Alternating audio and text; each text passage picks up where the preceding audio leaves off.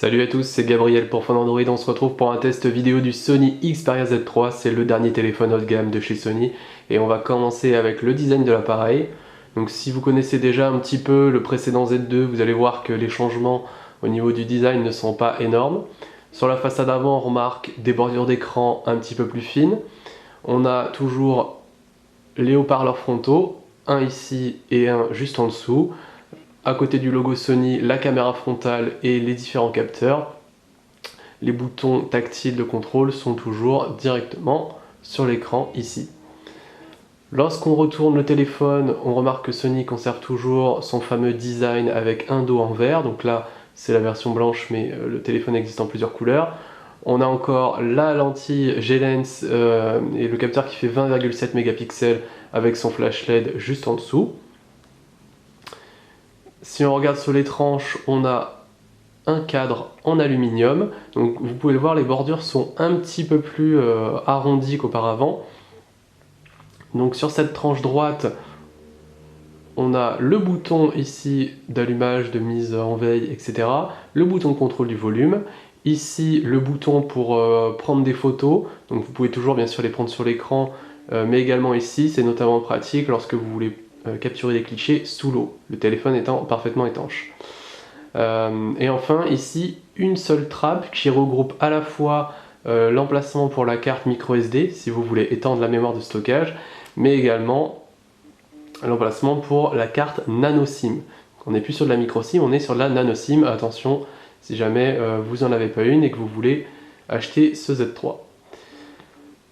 Sur la tranche gauche, on a ici le connecteur dock et ici l'emplacement pour brancher le téléphone en USB 2.0, voilà, micro USB plus précisément. Au-dessus simplement la prise casque 3,5 mm et en dessous absolument rien. Une des grosses améliorations de l'écran par rapport au Z2, c'est sa luminosité qui augmente donc de 75%. Donc la conséquence c'est que les couleurs ressortent beaucoup plus.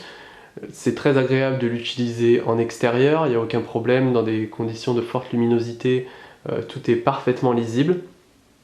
Donc ça c'est très bien. On sent une nette amélioration de ce côté-là. Au niveau du réglage des couleurs, c'est également bon. Alors c'est pas parfait, mais franchement le rendu est assez naturel. Ça tire un petit peu vers le bleu. Ça se remarque notamment quand on regarde des photos grises. Je vous invite à consulter notre test en images et en texte pour voir tout ça plus précisément concernant l'écran. Là ce que je peux faire, comme on est sur une vidéo, je vais vous montrer quelques photos voilà, qui sont par défaut sur le téléphone, qui sont censées justement mettre en valeur un peu cet écran. Donc comme vous pouvez le voir, l'écran est vraiment magnifique. Alors on reste sur une définition Full HD, 1920 par 1080 pixels. Voilà, Sony a fait le choix de ne pas passer au Quad HD comme certains de ses concurrents. Franchement ça ne nous dérange pas plus que ça, parce que bon, le Quad HD sur un écran de cette taille, 5,2 pouces, c'est pas non plus flagrant, et puis ça impacte un petit peu l'autonomie. Donc voilà, Sony a fait ce choix et franchement on s'en contente largement. Donc comme vous pouvez le voir, l'écran de ce côté-là est vraiment de très bonne qualité, et malgré une fiche technique très proche du Z2, Sony a quand même apporté quelques améliorations à ce niveau. Le téléphone est très puissant, on a toujours un processeur quad-core Qualcomm Snapdragon 801. Cette fois c'est la version AC qui est cadencée à 2,5 GHz, contrairement au Z2 qui avait une version qui était cadencée à 2,3, donc en utilisation ça se voit presque pas, mais dans les benchmarks ce Z3 se montre un petit peu plus puissant. On a remarqué également qu'il chauffait pas mal, donc autant c'est très rapide, c'est très performant dans n'importe quelle utilisation. Après c'est vrai que si vous jouez assez longtemps, que vous prenez des vidéos en 4K, des photos en rafale, le téléphone se met à chauffer. Et ça c'est un peu dommage, voire même sur l'application photo, il menace de fermer l'application si jamais ça chauffe un peu trop. Alors c'est vrai que tous les téléphones chauffent quand on les sollicite un peu.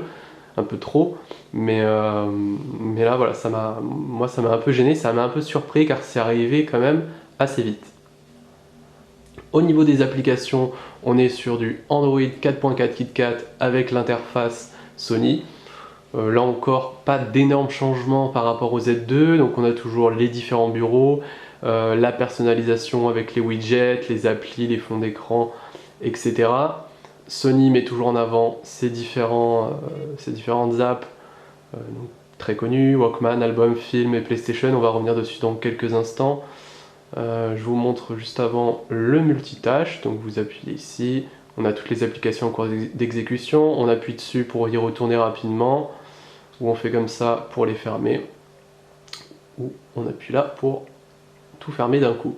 Juste en dessous, les micro-applications, là encore, aucun changement. Les micro-applications, pour ceux qui ne connaissent pas, ce sont en fait des applications que vous pouvez ouvrir sous forme de petites vignettes. Vous voyez là, j'ai mis le minuteur, et donc je peux l'utiliser de manière normale. La différence, c'est que ça reste systématiquement par-dessus tout le reste de mon interface. Je peux prendre la fenêtre, la déplacer, fermer, je peux évidemment mettre plusieurs applications les unes par-dessus les autres. Voilà, c'est une autre manière d'utiliser multitâche. Et de ce côté-là, c'est assez efficace. Les réglages rapides, donc si jamais vous voulez avoir un peu plus d'options, par exemple sur le Wi-Fi, ça me permet juste de l'allumer et de l'éteindre rapidement. Si je veux vraiment aller dans les réglages Wi-Fi, je reste appuyé dessus, et en appuyant là, ça m'emmène directement sur le menu du réglage. Pour ce qui est de la personnalisation de ces icônes en particulier, vous avez simplement à appuyer sur modifier ici, et vous pouvez les prendre, les déplacer en bas ou en sélectionner de nouvelles et les ajouter ici. Voilà, donc c'est totalement paramétrable, vous pouvez mettre celles que vous utilisez le plus souvent et vous débarrasser des autres. Donc on en vient aux différentes applications. Alors on va commencer avec le célèbre Walkman. Donc là encore, évidemment pas de changement par rapport au Z2, mais c'est toujours aussi efficace. On a une bonne gestion des pochettes d'albums. Alors je vais peut-être vous mettre une autre musique pour que vous vous rendiez un peu compte de la puissance des haut-parleurs. Donc le son sort toujours de là et de là, ce sont des haut-parleurs frontaux qui sont assez puissants, le son est plutôt clair. Je vais mettre à fond quelques instants.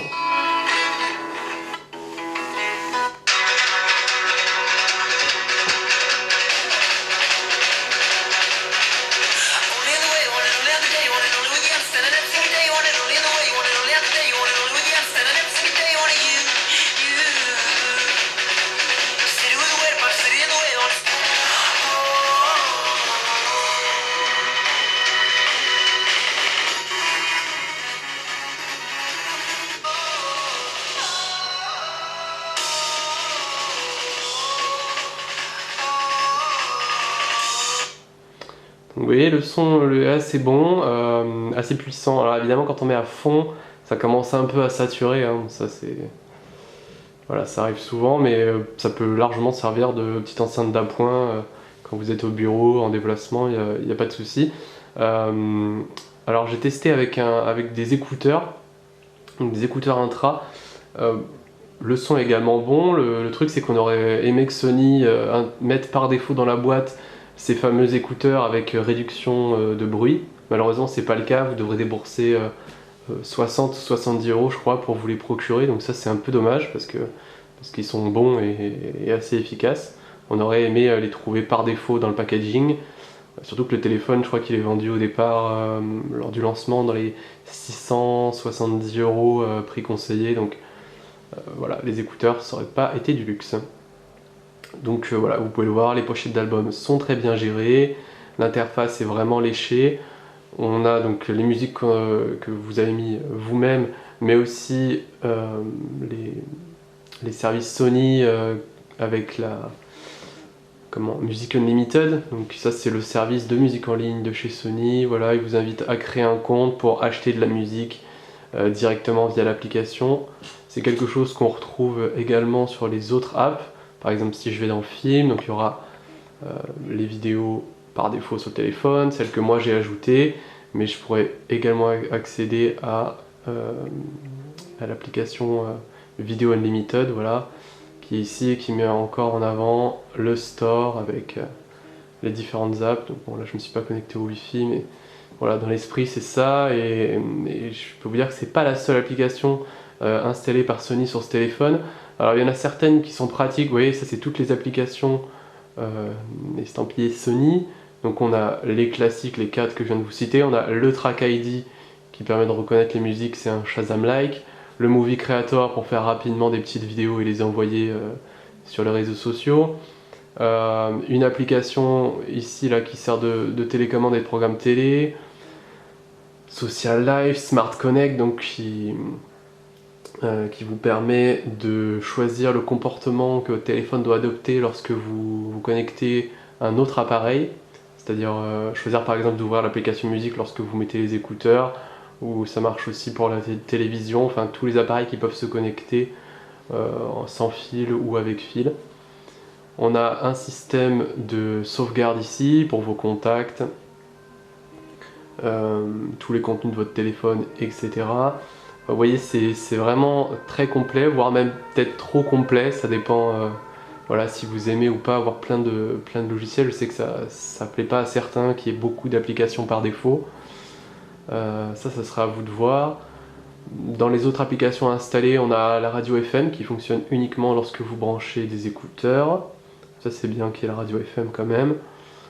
Et puis on a quelques applications comme Office Suite pour lire vos documents, PDF, Word, PowerPoint, etc. Ou encore File Commander pour explorer les fichiers sur le téléphone.